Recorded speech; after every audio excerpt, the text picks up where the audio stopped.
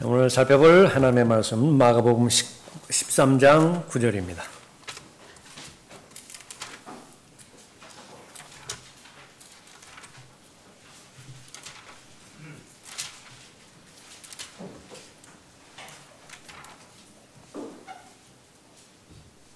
마가복음 13장 9절부터 13절까지 받들어 읽겠습니다.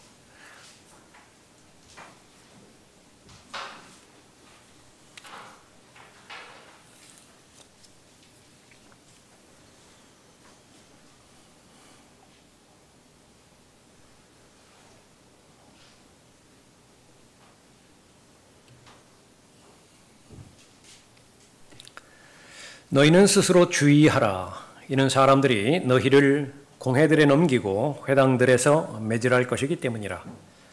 또 나로 인하여 너희가 총독들과 왕들 앞에 불려가서 그들에 대하여 증언하리라. 그리하여 먼저 복음이 모든 민족 가운데 선포되어야만 하리라. 그러나 사람들이 너희를 끌고 가서 넘겨줄 때에도 무슨 말을 할까 미리 염려하거나 생각해 놓지 말고 그 시각에 너희에게 주시는 대로 말을 하라. 이는 말하는 이는 너희가 아니라 성령이심이라. 형제가 형제를, 아비가 아들을 죽음에 넘겨주며 또 자식들이 부모를 대적하여 일어나서 그들을 죽게 하리라. 또 너희는 내 이름으로 인하여 모든 사람에게 미움을 받으리라. 그러나 끝까지 견디는 자는 구원을 받으리라. 기도하겠습니다. 아버지 하나님, 순간순간마다 또 매일매일마다 말씀과 기도를 통하여 또 영안에서 다양한 모임을 통하여 살아계시고 영으로 계신 아버지 하나님과 만날 수 있는 계기 마련해 주시었고 또 더욱더 하나님의 깊은 지식들을 통하여 하나님의 계획에 참여하는 것은 물론이며 하나님의 성품에도 참여케 해 주셔서 또 하나님의 관점에서 세상을 바라볼 수 있는 변화된 가치관 또 허락해 주시니 감사드립니다. 진리의 지식으로 진리의 성경에 입각해서 각자의 믿음이 진리의 지식에 잘 뿌리내릴 수 있도록 도와주시길 원합니다. 오른편이나 왼편으로 흔들리지 않은 채 견고하게 하나님께서 계획하시고 친히 인도해 주시는 그 세상의 그 관조를 하나님의 관조에서 잘 바라볼 수 있도록 인도해 주셔서 가장 가치 있고 의미 있는 보람된 삶을 성도들이 살아갈 수 있도록 보호해 주시고 복주시기를 간구드립니다. 참여하는 한 사람 한 사람 그 마음을 하나님께서 복주십시오. 주님 영으로 충만하게 채워주십시오. 진리로 가르쳐 주십시오. 올바른 선택과 올바른 결정, 하나님의 말씀에 근거한 믿음 가운데서 행할 수 있도록 인도해 주시길 원합니다. 선포되어지는 말씀, 각 사람에게 믿음과 잘 결합될 때 마귀가 어떤 형태로든지 공격하지 못하도록 보호해 주시기 원합니다. 이 시간을 통해서 하나님께서 기뻐하여 주시고 영광받아 주시기를 간구를 드립니다. 주 예수 그리스도 이름으로 기도드렸습니다. 아멘. 오늘 설교의 제목은 왕국 복음은 하나님의 은혜의 복음이 아니다. 왕국 복음은 하나님의 은혜의 복음이 아니다 라고 한 제목입니다.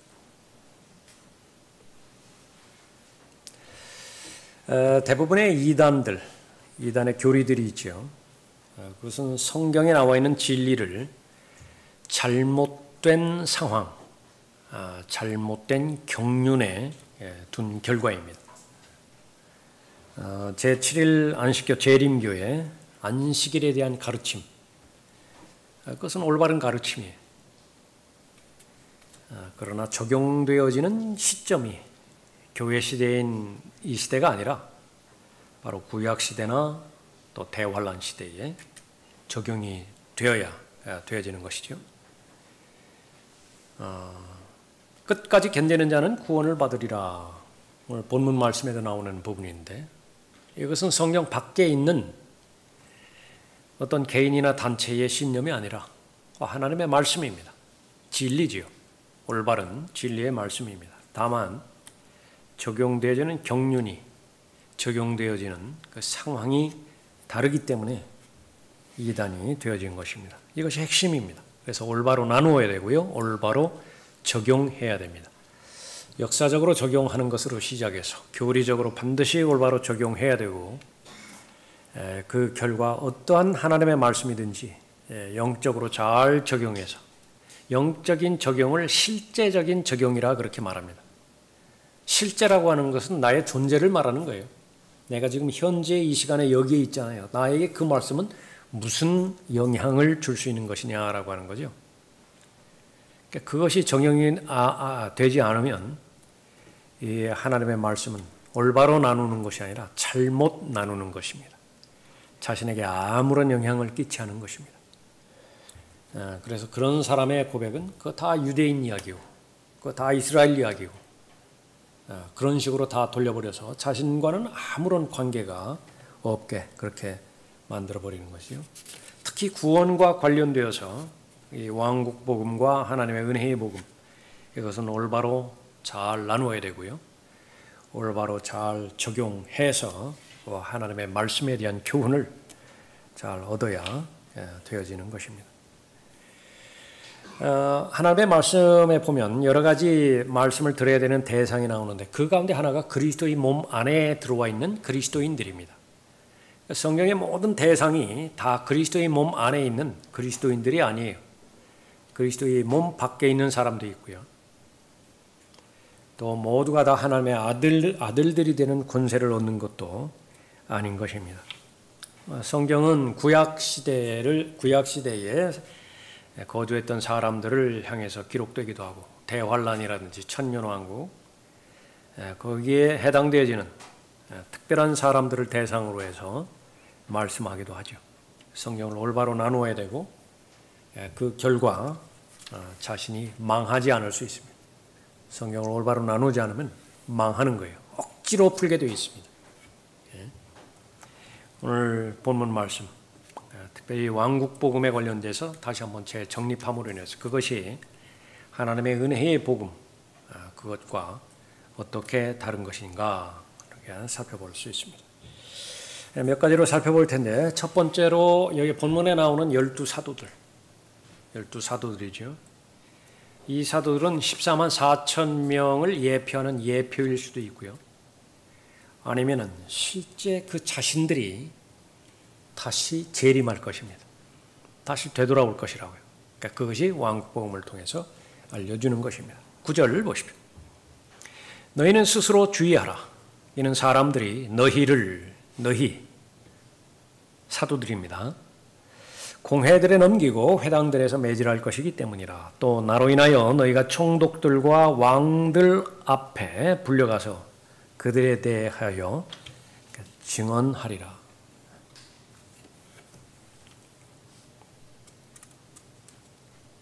이 본문 말씀은 역사적으로는 초대교회에 다 적용되어지는 말씀입니다.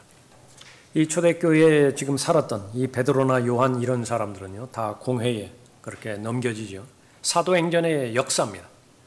하나님의 진리의 말씀, 은혜의 복음을 증거할 때 이 공회는 정치적인 압박, 그 권세를 동원해서 공회에 넘기는 것이죠. 예수 그리스도를 위해서 총독들 앞에서 증거합니다. 또 왕들 앞에서 증거하죠. 특별히 사도 바울의 경우에는 더 말할 것도 없습니다. 예수 그리스도를 시인하는 사람만 있는 것이 아니라 거의 대부분은 예수 그리스도를 거부합니다. 그 사람들 앞에서 증거하는 거예요. 예수 그리스도를 받아들이는 사람에게 시인하는 그것만 있는 것이 아니라 거의 대부분의 문제의 관건은 예수 그리스도를 거부하고 반대하는, 박해하는 사람들입니다. 그 사람들에게 증거하는 데 있어서는 성령의 능력이 반드시 절대적으로 필요하기 때문에 성령께서 오신 것이고요. 그러니까 초대교회에도 다 그런 일들이 있었던 것입니다. 그러나 그것은 잠깐 보여주는 예표고요. 본래 여기에 해당되는 그 부분들은 이제 대환란 때에 재림과 직결되어서 선포하고 있는 것입니다. 요한계시록 17장에 보면 14만 4천 명이 나오죠. 이것은 문자 그대로 이스라엘입니다. 12지파에서 12,000명씩 총 14만 4천 명에게 말씀하시는 이게 왕국 복음을 전파하는 자에게 예수님께서 말씀하시는 그런 부분입니다. 그러나 배제시킬 수 없는 것은 이 12명의 이 사도들이 다시 재림한다라고 그렇게 보는 그 부분입니다. 성경에서는 재림하는 그런 부분이 많이 몇 가지 예가 나오죠. 모세와 엘리야, 이 두 사람은 반드시 돌아옵니다. 말라키 4장에서 예언이 되어 있고요. 율법을 대표하는 모세, 또 엘리야의 표적을 언급하고 있죠. 또 엘리야의 영 관련돼서. 그러니까 실제적으로 취임된 요한이 엘리야와 관계가 되어 있는데, 그때 민족적으로 취임된 요한을 영접했더라고 한다면 취임된 요한은 엘리야가 될 것입니다. 그러나 거부했기 때문에 그것은 2000년 뒤로 연기가 되었죠. 그렇게 해서 요한계시록 11장에 보면 대환란 때 두 증인이 등장하게 되어지는데, 하나는 모세이고 하나는 엘리야입니다. 모세와 엘리야가 되돌아오게 될 것이고요. 유다 이스카리옷 다시 반드시 돌아옵니다. 자살해서 죽었을 때 자기 처소로 돌아갔죠. 자기 처소는 어떤 것이냐? 멸망의 아들이라고 하는 이름에 맞게 멸망이라고 불려지는 처소가 있습니다. 지하세계에. 그곳으로 갔습니다. 그곳을 다스리는 왕이기 때문이라 그렇게 요한계시록 9장 11절에서 언급하고 있습니다. 예수님께서 유다 이스카리옷을 말했을 때 그 멸망의 아들이라고 말합니다. 멸망의 아들, 그 한 사람 외에는 내가 잃어버리지 않았습니다. 그렇게 말씀하고 있죠. 또 바울을 통해서 예언의 말씀이 주어졌는데, 그 예언의 말씀, 배교와 더불어서 바로 죄의 사람, 멸망의 아들이 나타날 것이다. 처음에는 죄의 사람이 나타날 것입니다. 죽을 거예요. 죽었다가 다시 부활할 것입니다. 그러면 죄의 사람이 멸망의 사람이 되는 것입니다. 그것이 바로 사람이 나타난다는 그런 부분이고요. 예수 그리스도께서 다시 오신다. 이건 뭐 두말할 것도 없죠. 그것은 여러 번에 걸쳐서 약속하셨습니다. 특별히 처소가 마련되어지면 믿는 자들을 위해서 다시 오실 것이고, 믿지 않는 자들을 심판하기 위해서라도 오실 것이라 말씀하고 있습니다. 사도 요한도 다시 올 것에 대해서 강한 암시를 줍니다. 그때 그가 내게 말하기를, 요한에게 말한 거예요. 사도 요한에게. 내가 많은 백성들과 민족들과 언어들과 왕들 앞에서 다시 예언해야 하리라. 요한계시록 10장 11절 말씀입니다. 지금까지도 잘 해왔지만은 다시 반복해서 그 왕들 앞에서 예언해야 될 것이다. 언제 그렇게 될 것이냐? 대환란 때 그렇게 될 것입니다. 그래서 이 미래에 성취될 예언, 기다리고 있는 예언, 12사도들 14만 4천 명을 예표할 수도 있고요. 동시에 직접적으로 본인들이 되어서 실제 엘리야와 모세와 유다 이스카리옷과 예수 그리스도, 사도 요한이 이렇게 돌아오는 것처럼 실제로 다시 돌아올 수 있습니다. 왕국 복음에 포함된 내용이, 왕국 복음, 하나님의 은혜의 복음과 다릅니다. 은혜의 복음, 그것은 믿음으로 말미암아 은혜로 구원받는 복음이죠. 메시지는 무엇인가요? 주 예수 그리스도를 믿으라. 그래야면 너와 네 집안이 구원을 받으리라. 어떠한 행위도 없습니다. 약속의 말씀에는 구원입니다. 무엇으로부터의 구원이죠? 죄와 죽음과 심판과 지옥으로부터의 구원이에요. 왕국 복음의 메시지는 무엇입니까? 회개하라, 천국이 가까이 왔느니라. 회개하라, 그것은 바로 행동을 요구하고 있습니다. 메시지는 무엇이죠? 천국이 가까이 왔느니라. 영접하면 되는 것인데, 1차적으로 거부함으로 인해서 대환란 때는 이 왕국 복음의 메시지가 변경이 되어집니다. 어떻게 바뀌어지게 되는 것이냐? 끝까지 견디는 자는 구원을 받으리라. 그것이 이제 대환란 때의 왕국 복음의 메시지예요. 첫 번째 메시지는 무엇이라고요? 회개하라, 천국이 가까이 왔느니라. 대환란 때의 메시지는 끝까지 견디는 자는 구원을 받으리라. 둘 다 왕국 복음의 메시지인 것입니다. 이 왕국 복음은 모든 민족에게 선포될 것이고 그 뒤에 끝이 올 것입니다. 10절을 보십시오. 그리하여 먼저 복음이, 여기서 말하는 복음, 하나님의 은혜의 복음이 아니에요. 왕국 복음입니다. 그리하여 먼저 복음이 모든 민족 가운데 선포되어야만 하리라 말씀하고 있습니다.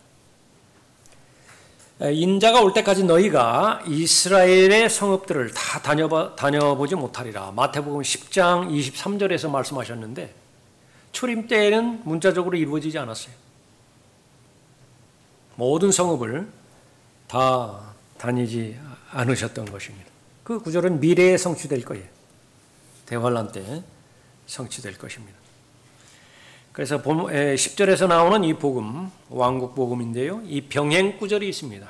같은 문맥을 병행해서 설명하는 병행 구절. 마태복음 24장 14절인데 이 왕국 복음이 모든 민족에게 증거되기 위하여 온 세상에 전파되리니 그런 후에야 끝이 오리라. 그리스도의 몸 안으로 들어간 모든 몸의 지체들은 예수님께서 공중으로 오실 때 휴거되어지죠. 그러나 마가복음 13장 본문에는 어떤 휴거에 대한 계시도 나오지 않습니다. 여기에서 몸이라고 하는 것은 그냥 실제적인 몸이에요. 예수님도 물리적인 몸을 입고 계시죠. 제자들도 몸을 입고 있죠. 그 몸들이 어디에 있느냐 하면 올리브산 위에 앉아 있는 거예요. 그 몸들 외에는 없습니다. 영적인 몸, 그리스도의 몸, 성령 침례로 들어가는 몸, 그것은 아직 존재하지도 않습니다. 그것은 십자가를 통해서만 그 이후에 존재하게 되어지는 것인데, 그러므로 말미암아서 이방인들과 유대인 사이에 가로막혔던 벽, 십자가의 보혈로 허물어뜨리고 새로운 새 사람을 만들죠. 그것이 그리스도 안에 있는 새로운 피조물인데 지금 이 본문 당시에는 그런 몸이 아직 실현되지 않은 것입니다. 그래서 이 유대인 제자들, 하나님의 은혜의 복음, 이것은 전혀 어떤 내용인지 알지 못하는 것입니다. 이 왕국 복음이 대환란에서 선포되어질 때에 믿음으로 말미암아 은혜로 구원받는다는 그런 메시지가 아니라 믿음과 행위가 모두 포함됩니다. 두 구절에서 언급하고 있는 것인데 대표적으로 요한계시록 12장 17절이고요. 또 하나는 요한계시록 14장 12절입니다. 그렇게 해서 이 하나님의 말씀, 이 계명들 지켜야 되고 예수 그리스도에 대한 증거, 그것을 믿어야 되어지는 거죠. 그래서 왕국 복음이 모든 민족에게 선포될 것이고요. 그 뒤에 끝이 올 것입니다. 세 번째로는 이 왕국 복음을 전하는 유대인들은 바로 죽음에 대한 박해를 받을 것이에요. 11절 보십시오. 그러나 사람들이 너희를 끌고 가서 넘겨줄 때에도 무슨 말을 할까 미리 염려하거나 생각해 놓지 말고 그 시각에 너희에게 주시는 대로 말하라. 이는 말하는 이는 너희가 아니라 성령이심이라. 형제가 형제를, 아비가 아들을 죽음에 넘겨주며 또 자식들이 부모를 대적하여 일어나서 그들을 죽게 하리라. 또 너희는 내 이름으로 인하여 모든 사람에게 미움을 받으리라. 성령께서 우리 안에 역사하셔서 할 말을 우리에게 주실 것이다. 얼마든지 교회 시대도 적용하죠. 여러분들도 거리 설교하기 전에 그렇게 기도하실 것입니다. 몇 가지 기도하죠. 다음 대학에 구비시켜 주시라고 기도하고요. 예비된 혼들 만나서 구원에 이를 수 있도록 기도해 주시는데 말씀으로 이제 구원을 받을 것이라고. 각 사람에게 해당되는 지혜의 말씀이 있죠. 그 지혜의 말씀을 생각나게 하셔서 전달되어지는 말씀을 통해서 구원에 이를 수 있도록 그렇게 해 주시라고. 우리 안에 성령께서 계시고요. 성령께서는 하나님의 계획에 관련된 모든 일들을 다 알고 계시고 그 계획을 예수 그리스도와 연결시켜서 예수 그리스도를 증거하기 위해서 우리 안에 계시는 것이죠. 그래서 자꾸 자신을 신뢰하는 것만 극복하면 성령께서 역사하시는 증거가 되는 것입니다. 그런데 사람이 자꾸 놓기 쉬운 것이 설득력 있는 인간의 말, 여기 아주 집착하기 쉬워요. 그래서 거리 설교자 물론이고 구령자들이요. 훈련을 쌓아가면 쌓아갈수록 자신 있게 더 큰 믿음이 요구되어지는데 내가 하나님의 말씀을 상대방에게 전달해 줬어요. 그런데 내가 확신하기를 이 말이 무슨 말인지 깨달았어요, 상대방이. 그러면 넘겨드리는 거예요, 바톤을. 성령 하나님께 넘겨드린다고. 그러면 이제 그 성령 하나님과 그 사람 사이의 싸움이에요. 성령께서 이기면 구원받는 것이고 그 사람이 자기 의로 말미암아서 이기면 구원받지 못하는 것입니다. 이 말씀만을 선포하고 그 다음에 모든 것들을 성령 하나님께 아뢰는 것이죠. 그래서 가장 대적하는 것은 인간의 지혜의 말입니다. 그래서 똑똑한 사람이 하나님으로부터 쓰임받기가 어려워요. 그것이 바로 대표되는 것이 세상 지혜이고 통치자들의 지혜이고 세상 철학이고 거짓되이 일컬어지는 과학의 반론입니다. 그것이 바로 하나님의 말씀에 사람들의 계명을 섞은 전통이죠. 교회의 전통이죠.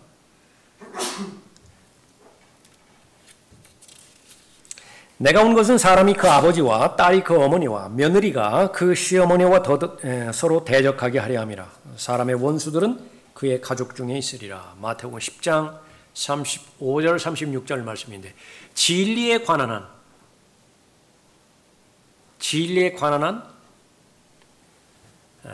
바로 빛 아니면 어두움입니다.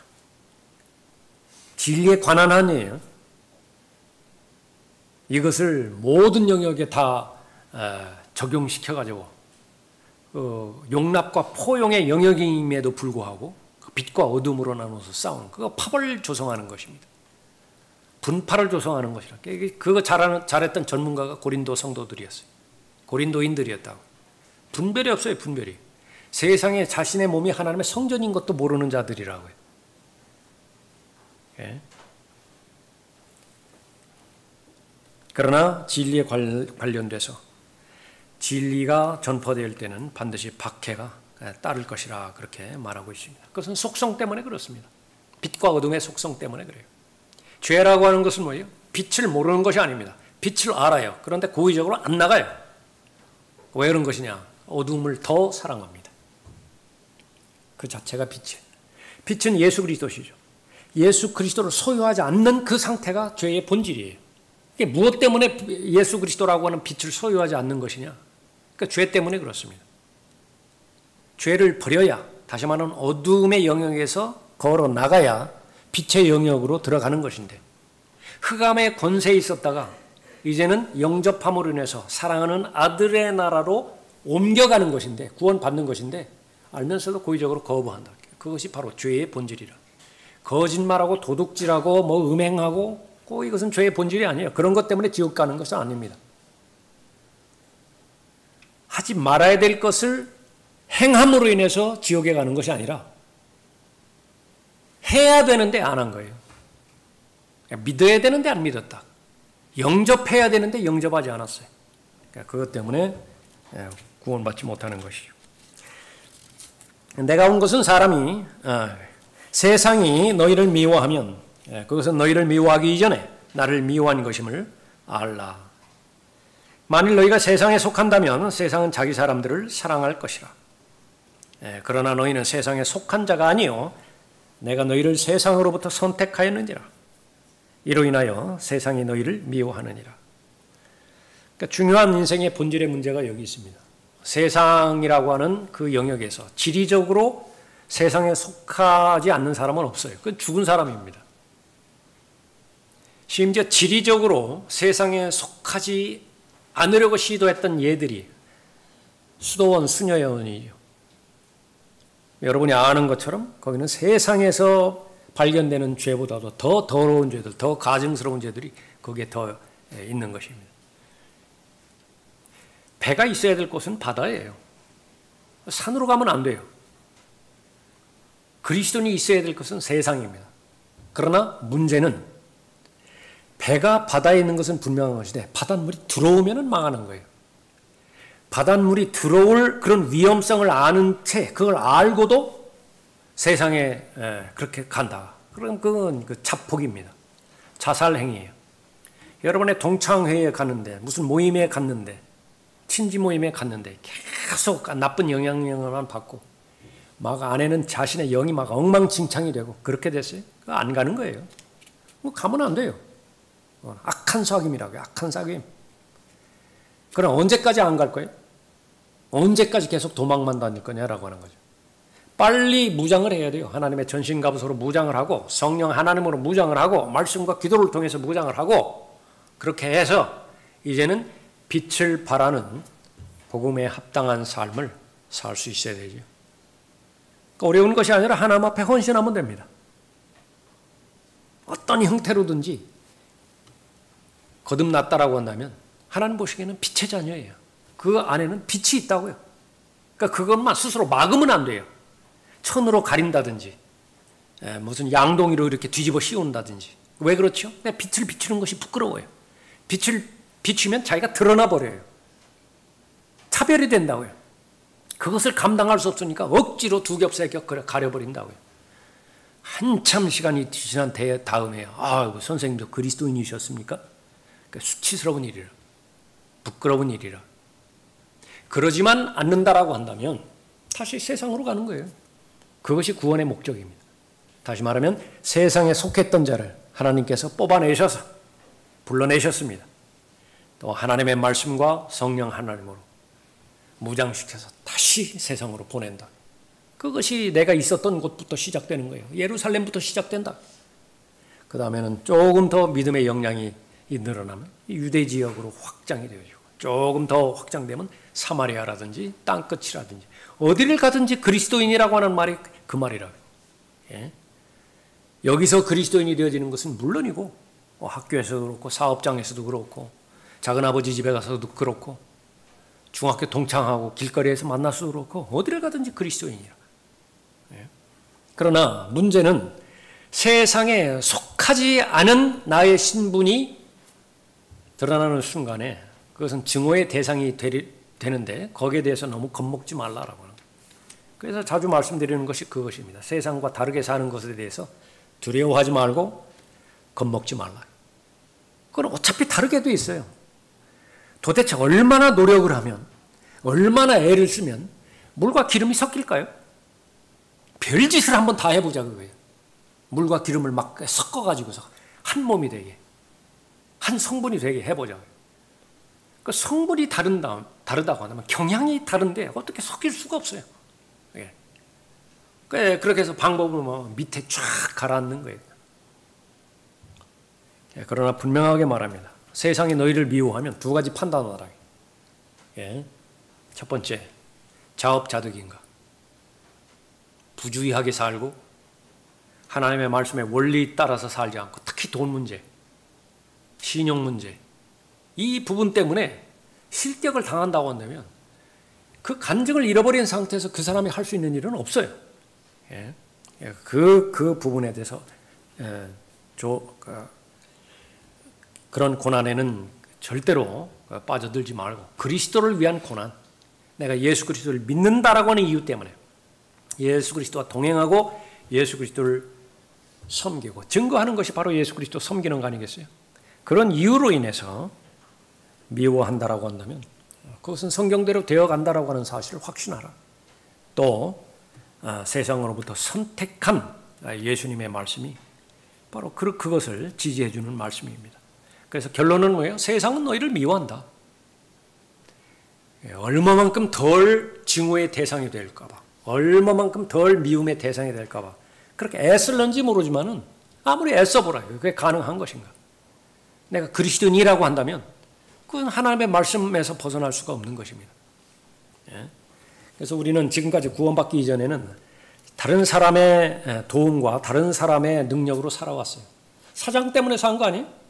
그 기업체의 사장 때문에 내가 살았다고요. 내가 지금까지 살아온 것은 내가 부모님 때문에 살았다고요. 부모님이 입혀주고 먹여주고 잘 보호해주니까 그렇게 산. 지금까지는 남편 때문에 살았잖아요. 남편이 돈 벌어다 주니까 그렇게 살았고 절대적이었다고요. 그러나 그리스도인이 된 다음에는요.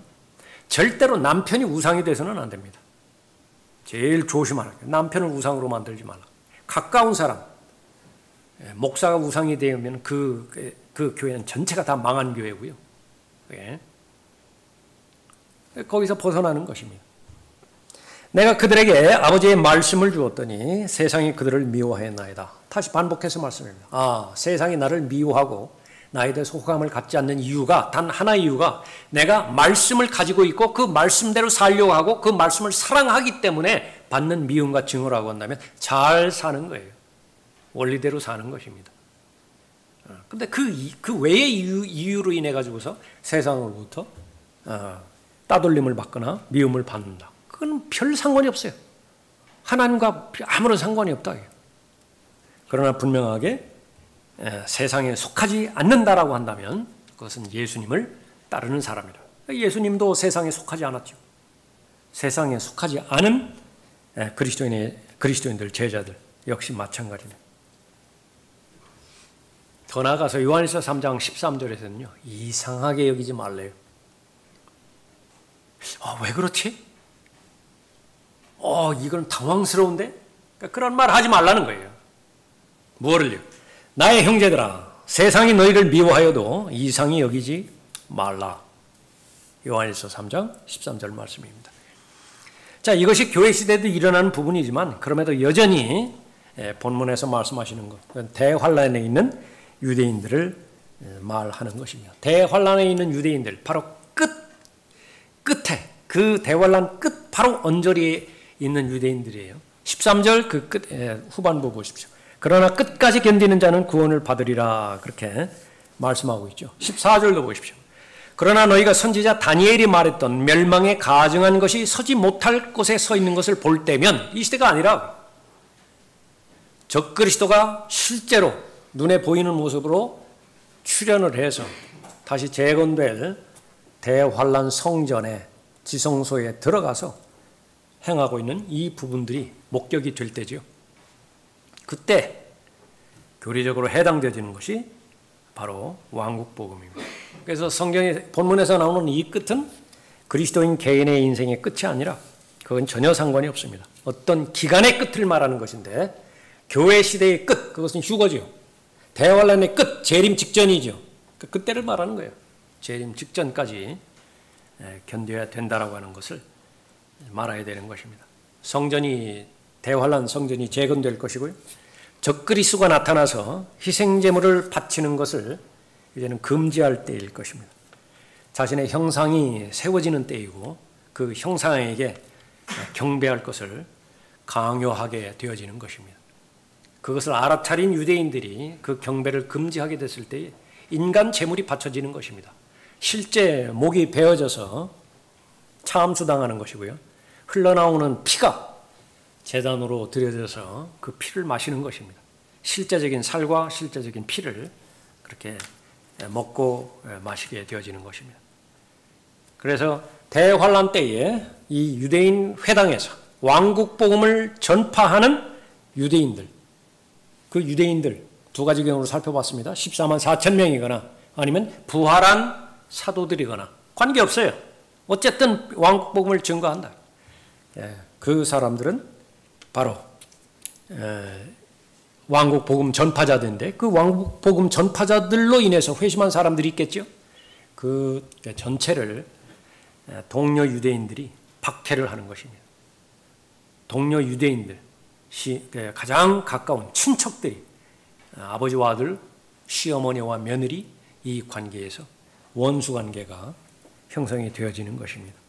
그럼에도 불구하고 끝까지 복음을 증거하는 것입니다. 총독들 앞에서 왕들 앞에서 주저하지 않아요. 메시지는 무엇이냐? 똑바로 살아라. 똑바로 살아라. 왜 그런 것인가? 바로 만왕의 왕 만주의 주 얼마 있으면 오신다. 그 메시지를 증거하기 때문에 그런 것입니다. 그 다음에 네 번째로 왕국복음의 내용, 대환란의 끝까지 견뎌야 된다고 말씀하셨죠. 조금 전에 살펴봤던 13절 마지막 부분입니다. 그러나 끝까지 견디는 자는 구원을 받으리라. 현재의 어떤 그리스도인과도 아무런 관계가 없는 것입니다. 구원받은 모든 그리스도인에 대해서 그 마지막을 책임져 주시겠다라고 약속하신 약속의 말씀이 구원의 확신에 관한 내용이죠.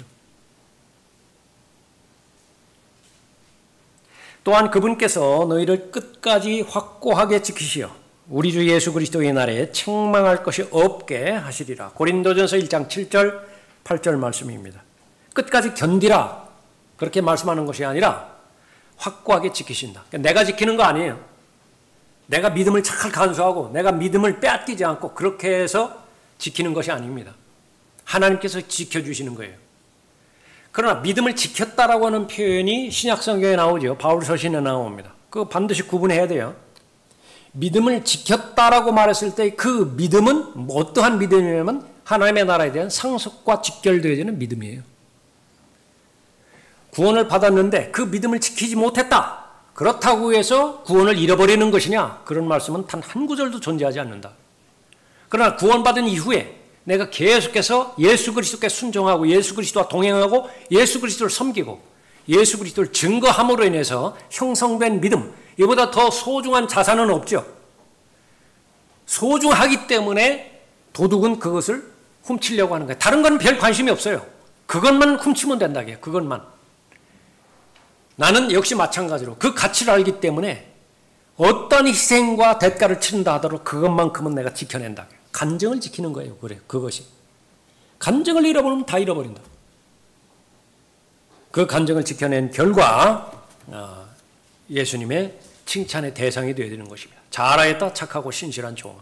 죽기까지 신실한 그 부분, 구원을 잃어버리지 않기 위해서 죽기까지 신실해야 하는 것이 아니라, 그러나 대환란 성도들은 죽기까지 신실해야 구원을 잃어버리지 않아요. 그러나 그리스도인은 한 번 받은 구원, 그것은 절대로 잃어버리지 않는다. 계속해서 고소하죠. 계속해서 마귀는 고소자로서.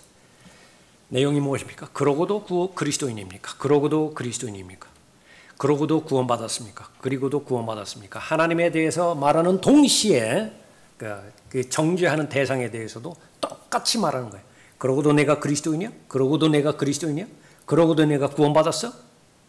그러니까 그것이에요. 그 공격이라.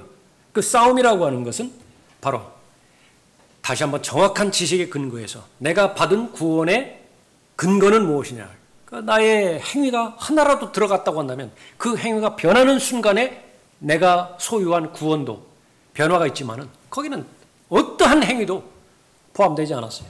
일절 자랑할 거리가 단 하나도 없어요. 하나님의 은혜로만 구원받았기 때문에 그렇습니다.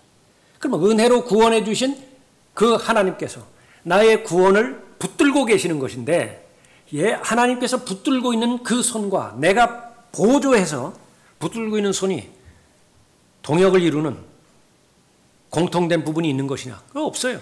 그렇기 때문에 구원은 보장되어지는 부분을 말하는 것입니다. 그러나 이 기간 이외의 모든 부분에 있어서는 자기 믿음이 다 포함이 됩니다. 대환란 때도 자기 믿음이 있어야 구원을 받아요. 그런데 그 자기 믿음이 버텨주는 한, 지속해주는 한 그 구원은 보장됩니다. 그러나 그 자기 믿음이 떨어져 나가는 순간에 어떻게 되는 거예요? 그 자기 믿음이 부인되어지는 순간에 받은 구원은 잃어버리는 것입니다. 얼마나 불안해요. 그러니까 죽을 때까지 모르는 거예요. 행위 구원이라고 하는 것은 절대로 구원의 확신에 대한 교리가 용납이 되지 않는 것입니다. 하나님의 거룩한 영을 슬프게 하지 말라. 너희가 그로 인해 구속의 날까지 인치심을 바랐느니라. 구속의 날이 언제죠? 재림의 날 아닙니까? 모든 피조물들이 이 구속의 날을 기다리고 있잖아요. 그때까지는 신음할 수밖에 없습니다. 그러나 그 구속의 날이 마침내 이루어졌다. 아들의 형상과 일치되어지죠. 자연계에 내려졌던 저주, 그것이 다 풀어지는 때를 말하는 것입니다. 우리가 이것을 확신하노니 너희 안에서 선한 일을 시작하신 그분께서 구원에 관련된 역사를 시작하신 분이 내가 아니라 하나님이세요. 그렇다고 한다면 그분께서 예수 그리스도의 날까지 그 일을 완성하시리라. 완성해 놓는다. 나에게 달려있지 않았어요. 이것이 교회 시대에 그리스도인에게 주신 약속이라고 한다면 대환란 때에는 전혀 적용되지 않습니다. 성령의 역사가 다르기 때문에 그런 것입니다. 하나님의 계명들을 지켜야 되고 예수 그리스도에 대한 믿음을 동시에 지켜야만 되어지는 것입니다. 13절 다시 보십시오. 또 너희는 내 이름을 인하여 모든 사람에게 미움을 받으리라. 그러나 끝까지 견디는 자는 구원을 받으리라.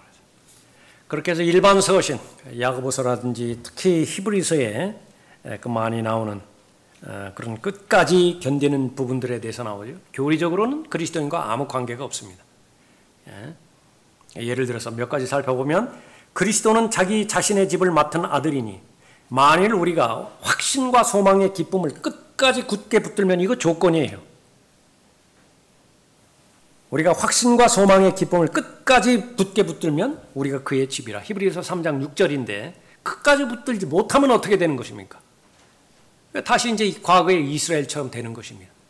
마음이 완악하게 돼서 안식에 들어가지 못하게 되는 거죠.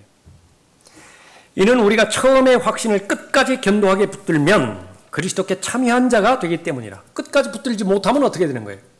그리스도께 참여하지 못하게 되는 거예요. 구원을 잃어버리게 된다라고 하는 그런 부분이죠.